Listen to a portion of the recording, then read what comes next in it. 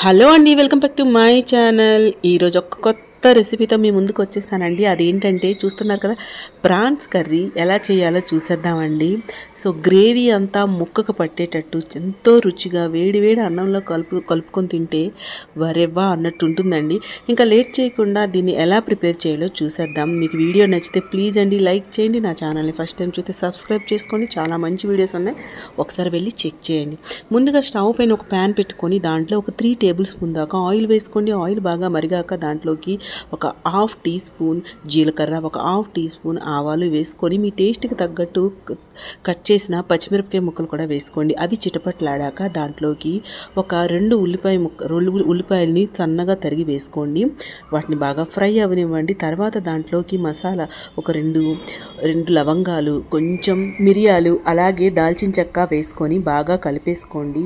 So మనకి onions అన్నీ కూడా ఇక్కడ ఏంటంటే గోల్డెన్ కలర్ వచ్చినంత వరకు కూడా ఫ్రై చేసుకోవాలి. సో ఆనియన్స్ గోల్డెన్ కలర్ వచ్చాక ఈలోగా మనం ఏంటంటే రొయ్యల్ని చక్కగా నేను ఇక్కడైతే కడిగి వాటికి పసుపు ఉప్పు పట్టించి ఉంచానండి. సో వాటిని అయితే వేసేసుకుంటున్నాను. సో వీటికైతే పసుపు ఉప్పు వేసాను కాబట్టి మళ్ళీ మనం కూరలోన కొంచెం చూసుకొని వేసుకోవాలండి. మనం ఇలాగ పసుపుతో ఉప్పుతో ముందుగా క్లీన్ చేశాను. అలా చేయడం వల్ల దాంట్లో ఉన్న నీసు వాసన అనేది పోతుంది. అందుకని వాటితో కడిగి తర్వాత మళ్ళీ దానికి పసుపు ఉప్పు వేసి ఉంచానన్నమాట. మీరు కూడా అలానే చేసుకోండి. అప్పుడు ఆ ఫిష్కి ఉండే స్మెల్ అనేది పోతుందన్నమాట.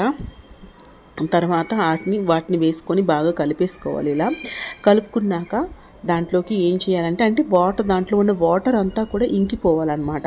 సో ఇంకిపోతేనే మనకి ఆ రొయ్య అనేది బాగా ఉడుకుతుందండి. లేకపోతే రబ్బర్ ముక్కల్లా అయిపోతాయి వెంటనే మనం అలా వాటర్ ఇంకకుండా మళ్ళీ వాటర్ వేసేస్తే. సో వాటర్ అంతా కూడా ఇంకినంత వరకు మీడియం ఫ్లేమ్లో పెట్టుకోండి. తర్వాత అవి కొంచెం ఇంకాక దాంట్లోకి అల్లం వెల్లుల్లి పేస్ట్ వేసేసుకోండి. ముందుగానే వేసుకుంటే అడుగు పెట్టేస్తుంది. అందుకని కొంచెం వాటర్ ఇంకాక అల్లం వెల్లుల్లి పేస్ట్ వేసుకొని దాని మీద మూత పెట్టి మీడియం ఫ్లేమ్లో కొంచెం మీరు కుక్ చేసుకోండి. అప్పుడు మిగతా వాటర్ అంతా కూడా బయటకు వచ్చేస్తుందండి. సో బయటకు వచ్చేసిన తర్వాత అంతా ఒకసారి కలిపేసుకోండి. ఎందుకంటే మనకి మరీ ఎక్కువ వాటర్ అయిపోతే అడుగు పెట్టేస్తుంది కాబట్టి ఒకసారి మొత్తం కలిపేసుకోవాలన్నమాట.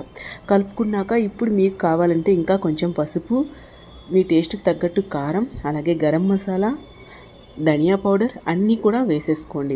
సో ధనియా పౌడర్ ఒక 2 టేబుల్ స్పూన్ దాకా వేసుకోండి. ధనియా పౌడర్ ఎక్కువ వేస్తే టేస్ట్ అనేది బాగుంటుందండి. సో వేసుకున్నాక మొత్తం కలిపేసుకోండి. మీ దగ్గర జీలకర్ర పౌడర్ ఉంటే కూడా వేసేసుకోండి. ఇవన్నీ ఏంటంటే ఎక్స్ట్రా టేస్ట్ ఇస్తాయన్నమాట. మనకి ఏంటంటే రొయ్యలకి దాంట్లో ఉన్న ఆ స్మెల్కి వండాక ఆ స్మెల్కి కడుపు నిండా అన్నం తినేవచ్చండి.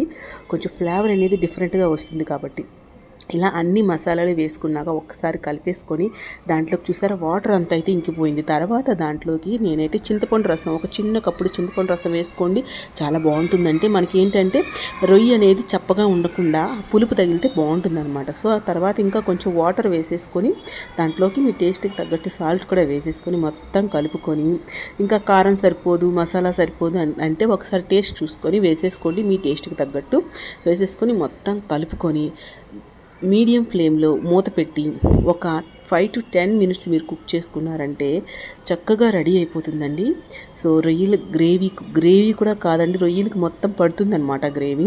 అలా కాదు, మీకు కొంచెం జ్యూసీగా కావాలంటే కొంచెం వాటర్ ఎక్కువ వేసుకొని దానికి తగ్గట్టు అన్ని మసాలాలు వేసుకొని మీరు కుక్ చేసుకుంటే సరిపోతుందండి.